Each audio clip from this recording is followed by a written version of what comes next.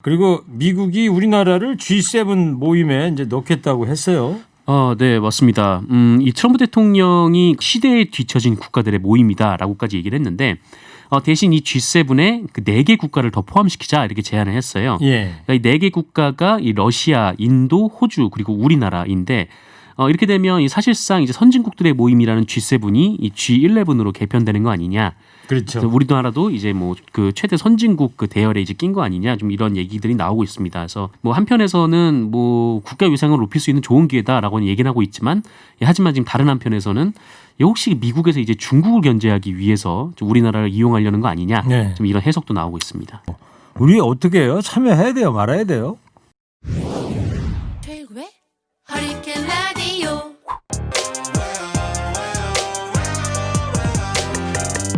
무거운 녀석들 가벼운 뉴스는 가라. 무게 있는 뉴스만 골라서 서빙해드립니다. 무거운 녀석들! 무게 있는 뉴스 전해드릴 무거운 녀석 두 분 나왔습니다. 뚱커벨 인사이트 K 배종찬 소장, 안녕하십니까? 뚱블리 시사 전문 정상근 기자. 네, 안녕하십니까? 네. 어제 그 봤어요? 스페이스X 발사 성공하고 도킹하고 그러는 거. 유인 우주선. 네네. 그 일론 머스크 스페이스X사 설립한 사람. 네. 그 사람이 몇 년생인지 아세요? 아마 60년대생일걸요? 60년대생이요? 네. 지금 배 수장이 몇 년생이에요? 하여튼 70년대생입니다. 71년생이잖아요. 네. 동갑이에요, 두 사람이. 아, 그런가요? 네. 일론 머스크는 이렇게 멋지게 하고 있는데 배 수장은 좀 어때요? 저는 왜 이러죠? 예? 일론 머스크 전화번호 알아요? 뭐 받겠어요, 제 전화는. 전화해서 너 혼자만 그렇게 하지 말고 나도 좀 같이 살자 그렇게 얘기해 주십시오. 동갑인 줄 몰랐습니다. 예. 네. 자, 청취자 여러분 코너 끝에 방송만 잘 듣고 계시면 금세 맞힐 수 있는 무게 있는 퀴즈 드립니다. 지금부터 무거운 두 분이 전해줄 무거운 뉴스 잘 들어보시기 바랍니다.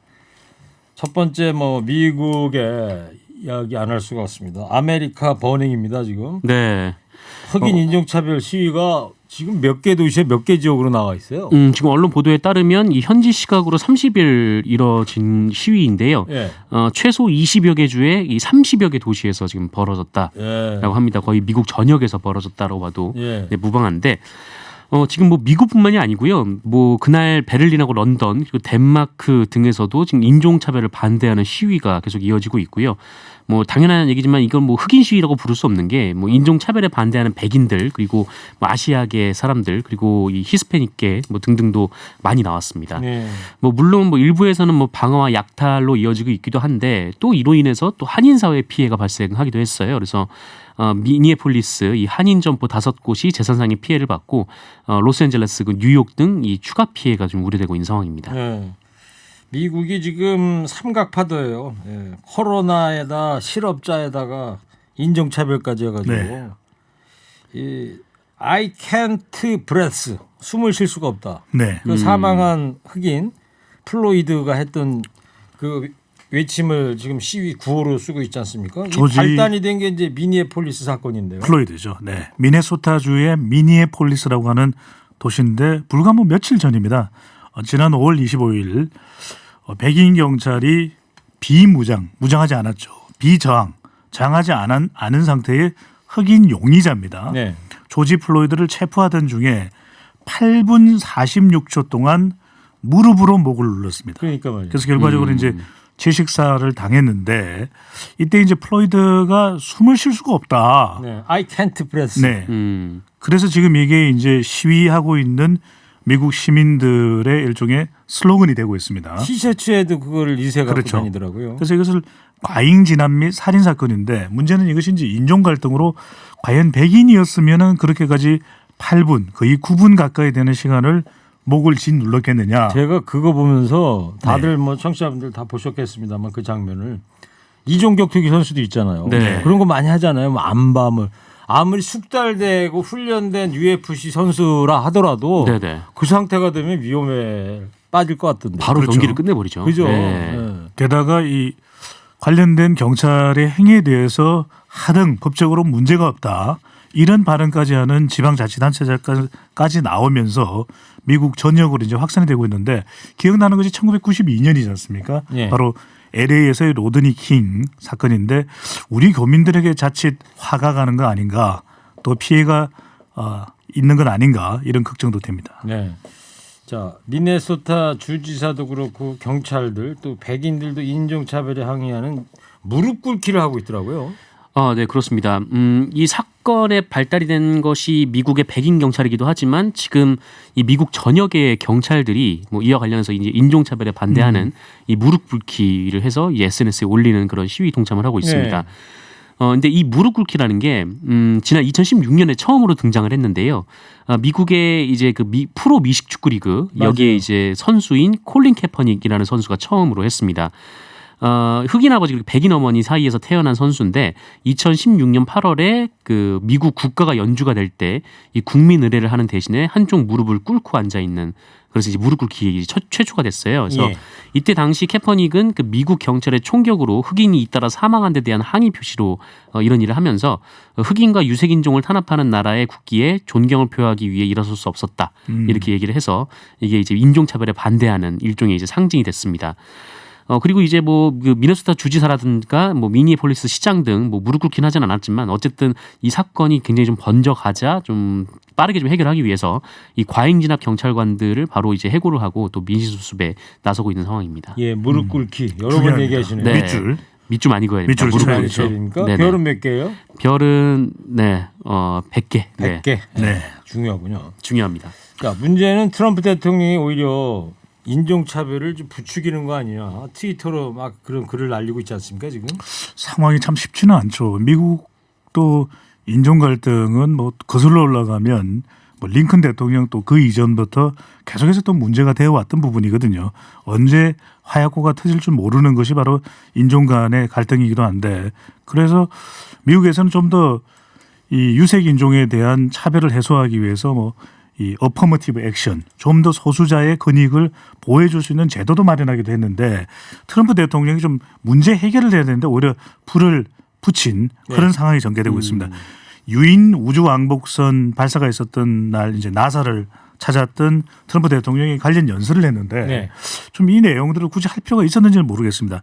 이 좌파가 이 조지 플로이드 사건과 관련된 이 폭력 시위를 주도하고 있다. 네. 이렇게 또 이야기를 했고 이거 대부분은 거주민이 아니라 미니애폴리스든 전국의 30여 개 도시도 외부인들이 와서 지금 시위를 주동하고 있다. 이것은 이 추모 취지마저도 퇴색된다. 이렇게 또 발언을 하면서 네. 더 미국 의식 있는 시민들이 발끈하는 상황인데 예. 실제 앞서 이야기했던 그 무릎 꿇기도 미국 최고 인기 스포츠 그러면 미식축구거든요. NFL. 그렇죠. 선수들도 그런 행동을 무릎 꿇기 행동을 하기도 했었고 한편으로는 지금 많은 곳에 경찰들도 지금 무릎 꿇기를 하고 있다. 그만큼 이게 간단히 해결될 수 있는 문제가 아닐 수도 있다라는 전망도 나옵니다. 그래요. 그 바이든 민주당 후보가 그런 거 아니에요? 지금 트럼프를 향해서 선동 트윗할 때가 아니다. 진정한 리더십이 필요할 때 그럼요. 아니냐. 네네. 이렇게 한마디 하고 그랬는데 이 인종차별하면은 두 분 그 영화 혹시 보신 적 있어요? 미시시피 버닝이라고? 그 실화를 바탕으로 미국 남부에 있었던 네네. KKK단이 왜 흑인 인권 운동가들 탄압하고 막 살해하고 그것을 FBI가 뭐 현장에 조사하고 내려왔던 거. 그렇죠. 네네. 그 네. 영화 미시시피 버닝. 감독이 이제 알란 파커고 네. 진 해크만하고 웰렘 데포가 이제 주연했던 건데. 자, 그리고 미국이 우리나라를 G7 모임에 이제 넣겠다고 했어요. 네, 맞습니다. 이 트럼프 대통령이 그 원래 이번 달 중에 이제 G7이 개최를 하기로 했는데 이것을 이제 9월로 연기를 하자라면서 그리고 이 G7 그러니까 주요 7개국의 회의는 현재 이 세계에서 진행되는 상황을 대표하기에 적절하지 않다. 이렇게 얘기를 했습니다. 그러면서 이제 시대에 뒤처진 국가들의 모임이다라고까지 얘기를 했는데 대신 이 G7에 그 4개 국가를 더 포함시키자 이렇게 제안을 했어요. 예. 그러니까 이 4개 국가가 이 러시아, 인도, 호주 그리고 우리나라인데 이렇게 되면 이 사실상 이제 선진국들의 모임이라는 G7이 이 G11으로 개편되는 거 아니냐. 그렇죠. 그래서 우리나라도 이제 뭐 그 최대 선진국 그 대열에 이제 낀 거 아니냐 좀 이런 얘기들이 나오고 있습니다. 그래서 뭐 한편에서는 뭐 국가 위상을 높일 수 있는 좋은 기회다라고는 얘기는 하고 있지만 하지만 지금 다른 한편에서는 혹시 미국에서 이제 중국을 견제하기 위해서 좀 우리나라를 이용하려는 거 아니냐 네. 좀 이런 해석도 나오고 있습니다. 중국을 견제하기 위한 거죠. 당연하죠. 네. 뭐. 트럼프가 또 이번 대선도 겨냥한 거고 네네. 우리 어떻게 해요? 참여해야 돼요? 말아야 돼요?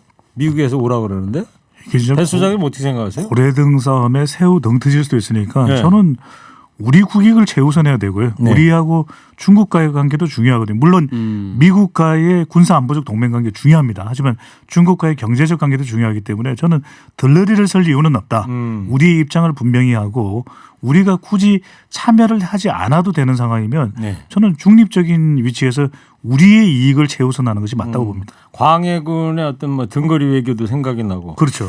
이럴 때 그냥 모른 척하는 게 최고인데 그죠? 네. 전화를 안 받아야죠. 그치 전화 안 받아야 돼. 네. 그리고 아까 제가 그 얘기 하다 말았는데 이거 스페이스X 그 우주선 이름이 저거잖아요. 크루 드래곤. 네. 크루 우주인 드래곤. 두 명이 타고 네. 올라간 거.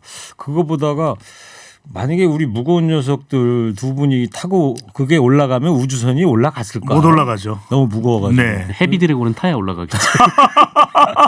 크루 정도는 안 될 것 같습니다. 네. 그리고 3074 청취자께서 제가 허리케인 데스크 끝날 때 깨어있는 시민이 됩시다 이런 말씀 드리잖아요. 그랬더니 네. 점심 먹고 한숨 자다 깨어있는 시민이 됩시다 소리를 듣고 얼른 일어났습니다. 좋은 방송입니다. 네. 정말 깨어있는 시민이시네요. 감사합니다.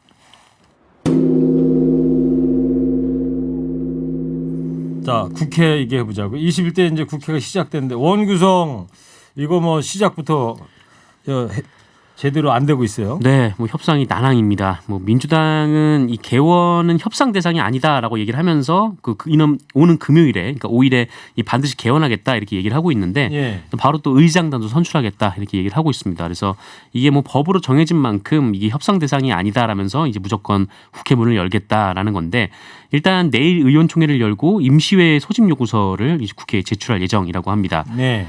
반면에 이제 통합당 같은 경우에는 이 원구성 협상이 안 되면 개원도 할 수 없다 이렇게 얘기를 하고 있는데 미래통합당은 뭐 국회 정상화를 위해서 뭐 지혜를 모으겠다라면서도 개원 전에 원구성 협상이 마무리되지 않으면 비상수단도 꺼내겠다 이렇게 얘기를 하기도 했습니다. 네. 민주당은 금요일 날 무조건 이제 국회를 열겠다는 거 아닙니까? 금요일이면 저 6월 5일. 5일이죠. 네. 5일 개원하는 것이 명분도 맞다는 거죠. 그러니까 국회법상으로도 5일까지는 국회의장단을 뽑아야 되는 것인데 국회의장단은 지금 당 내부에서 더불어민주당은 박병석 의원이 국회의장 후보가 되어 있는 것이고 그렇죠. 또 부의장은 최초로 여성이죠. 김상희 의원이 이제 내정이 되어 있기 때문에 이거 뽑으면 되는 일인데 왜 미루느냐 이렇게 이야기가 나오고 있는데 그래서 이해찬 더불어민주당 대표는 이렇게 이야기했습니다. 국민들에게도 볼낯이 없다. 국회의장단 선출을 위한 개원이 협상의 대상이 되어서는 곤란하다. 국민들로부터 지탄과 실망의 목소리가 나올 것이기 때문에 5일 개원은 반드시 해야 된다. 이렇게 압박을 하고 있는데 이 압박 대상은 뭐 미래통합당이겠죠. 그러겠죠. 네. 자, 김태년 원내대표 발언도 소개를 해 주셨는데 민주당이 그 18개 상임위원장 그걸 다 가져오진 않겠죠. 이 원래 계속 이제 몇 대 몇으로 나누느냐 뭐 이 부분을 놓고 협상을 좀 이어왔는데 이 예결위원회하고 이제 법제사법위원회 이 두 가지를 놓고 이 미래통합당이 모두 이제 상임위를 가져오겠다라고 얘기를 하면서 또 민주당은 또 반대로 이 두 가지 상임위는 모두 가져오겠다라고 얘기하면서 이 부분이 지금 협상 마무리가 안 됐었거든요. 네. 그래서 뭐 지금 뭐 미래통합당에서는 뭐 민주당이 정말 상임위원회를 다 가져가려는 게 아니라 일종의 협상 전략 아니냐 이렇게 보고 있는 측면도 있는데 뭐 다른 한편에서는 그 이해찬 대표가 뭐 이렇게 이런 거에 대해서 뭐 거짓말을 하진 않을 것이다라는 얘기도 있어가지고 네. 사실은 이게 뭐 그냥 국회법에 따르면 투표만 하면 되는 거거든요. 그렇죠. 그냥 과반 이상을 득표를 하면은 상임위원장이 되기 때문에 뭐 그냥 법대로 밀어붙일 수도 있다. 좀 이런 얘기도 나오고 있습니다. 네. 오늘 저 김종인 비대위가 이제 출범을 하잖아요. 언론들은 이제 통합당이 바뀔 것이다 이러면서 기대감을 높이고 있는 상황 같은데요. 네, 뭐 다 바뀔 것이다. 뭐 어쨌든 비대위 구성에 뭐 30대 젊은 사람들도 많이 들어가 있고 또 여성들도 많이 들어가 있고 좀 그런 상황이기 때문에 이 김종인 비대위가 뭐 새롭게 시작할 것이다. 좀 일단 이렇게 그 기대 섞인 그런 전망을 내놨는데요. 일단 이 김종인 비대위가 첫 출범하면서 이 김종인 비대위원장은 뭐 진취적인 정당을 만들겠다 이렇게 첫 일성으로 얘기를 하기도 했고요. 또 이제 비서실장에 송원석 의원 그리고 대변인에 이제 김윤혜 의원을 또 임명을 하기도 했습니다. 네, 그렇군요.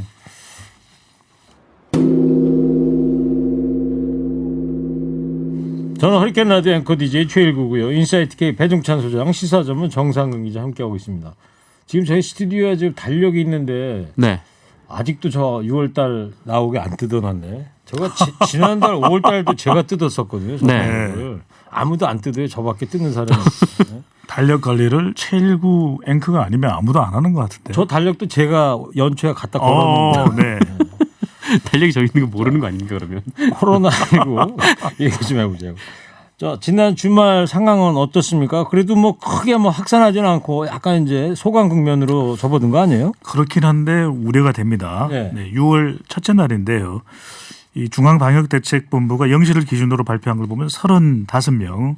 지난주 이제 뭐 79명도 있었으니까 네. 조금은 우리가 그래도 안정을 해도 되는 건 아닌가, 괜찮아진 거 아니냐 이렇게 생각할 수 있는데 아직까지 그렇지 않은 것이 지역을 볼 때 이제 우려가 되는 것인데 지역 발생 환자가 30명, 그 다음에 5명은 해외 유입 코로나 확진자인데요. 이 30명 중에서 무려 29명이 인천과 경기 지역입니다. 네. 그러니까 수도권에 많이 확진자가 늘어났구나. 최근 뭐 물류센터 발도 있었고 이것이 결정적인 원인이 됐구나라고 생각할 수 있기 때문에 아직까지 안심할 수가 없다. 왜? 이번 주도 그렇지만 등교 예정이 됐던 것이 지금 학교별로 또 시군구별로 연기되는 곳이 생겼거든요. 그런 만큼 저학년 학생들도 등교가 시작됐는데 어떻게 될지 모르겠어요. 네. 이 부분도 좀 철저하게 이 방역을 잘 챙겨야겠습니다. 조금 전에 2시 브리핑에서 정은경 본부장도 그 말씀을 하시긴 했는데 네네. 교회에서 이제 소규모 집단 감염이 계속 발생하고 있으니까 조심해달라고 했어요. 네, 맞습니다. 이 개신교 캠퍼스 선교단체인 한국대학생 선교회 회원 8명이 집단 확진 판정을 받았고, 그리고 제주도에 단체 여행을 갔던 이 군포의 교회 여기서 이제 4명이 집단 확진 판정이 나왔습니다. 그리고 또 이 4명 중에 1명에서 또 식구들한테 옮겨서 이제 안양에서 또 5명의 확진이 또 나오기도 했고요. 그리고 가장 우려되는 것이 지금 인천과 경기도의 개척교회 관련 이 코로나 바이러스 19 확진자가 1일 오후 기준으로 23명이 발생했다라고 예. 중앙방역대책본부가 밝혔는데 인천의 11개 교회 그리고 경기도의 2개 교회가 관련된 것으로 지금 파악이 됐습니다. 그래서 이 정은경 본부장에 따르면 이 개척교회 간의 이 기도회 그리고 찬양회 등을 번갈아 진행을 하면서 이 참석자들이 계속 옮겨 다녔고 여기서 이제 전파가 이뤄진 것으로 지금 추정이 되고 있다라고 밝혔습니다. 그리고 이제 QR 코드 이제 찍는 이 시스템이 도입이 된다는 거 아닙니까? 네.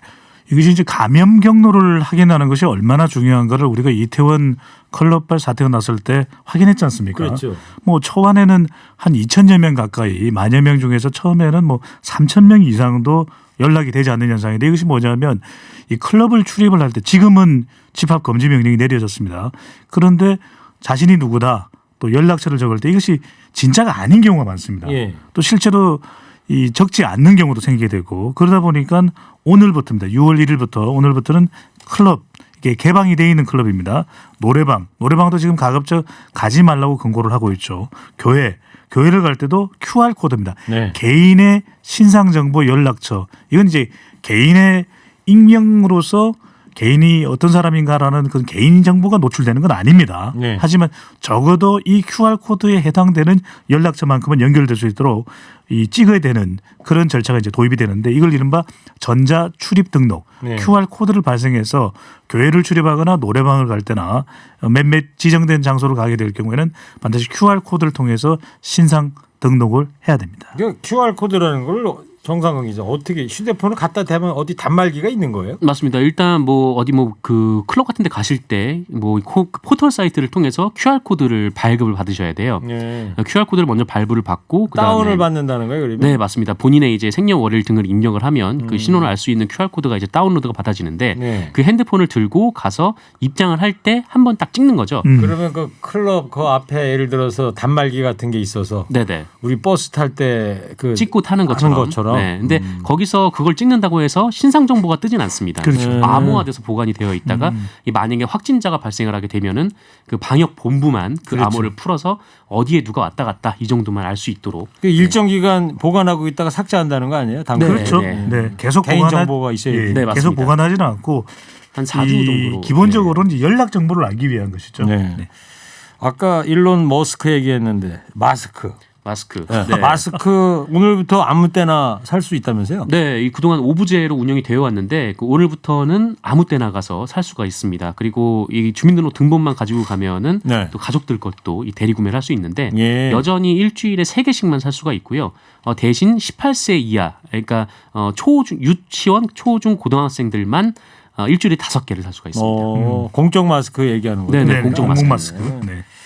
알겠습니다. 자, 청취자 여러분 이제 방송만 잘 듣고 계셨으면 금세 맞힐 수 있는 무게 있는 퀴즈 드릴게요. 미국 내 흑인 인종차별에 대한 시위가 커지고 있습니다. 백인들도 인종차별에 항의하는 제스처인 이것에 참여하고 있죠. 이게 뭘까요? 뚱커벨 힌트 주세요. 정상 기자. 네. 우리가 이거 하기 참 힘들잖아요. 못합니다. 저희는. 네, 무릎을 어떻게 하는 거예요? 네, 접히지가 않아가지고요. 네. 오금이 저희는 잘 저려. 못합니다. 네. 무거운 분들 이거 하려면 오금이 저려. 네, 바로 옆으로 넘어지거나. 네. 자, 청취자 여러분 정답 보내주시기 바랍니다. 50원 유료 문자 샵 0951 TBS 앱 열려 있습니다. 두 분 상품 소개해 주세요. 지금까지 오늘 무게 있는 뉴스들 무거운 녀석들이 전해드렸습니다. 인사이트K 배중찬 소장 시사전문 정상 기자였습니다. 두 분 감사합니다. 고맙습니다. 고맙습니다. 무거운 녀석들! 일부 행기의 이야기를 더 듣고 싶다면